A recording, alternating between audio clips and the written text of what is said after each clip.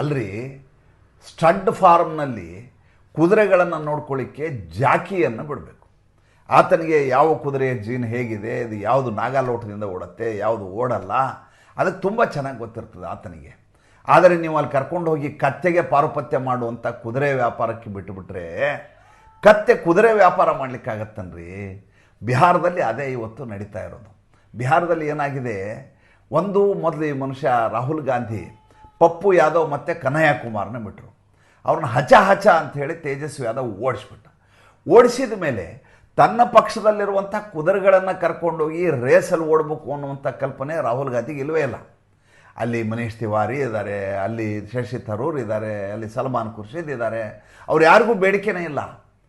ತಮಿಳುನಾಡಿನಿಂದ ಕರೆಸ್ತಾರೆ, K Stalin ಬಂದು ಬಿಹಾರದ ಚುನಾವಣೆಯನ್ನು ಗೆಲ್ಲಿಸ್ಕೊಡು ಅಂತ ಕರೀತಾರೆ. ಕರ್ನಾಟಕದಿಂದ ಸಿದ್ದರಾಮಯ್ಯ, ಕೆ ಶಿವಕುಮಾರ್ ಹೋಗ್ತಾರೆ.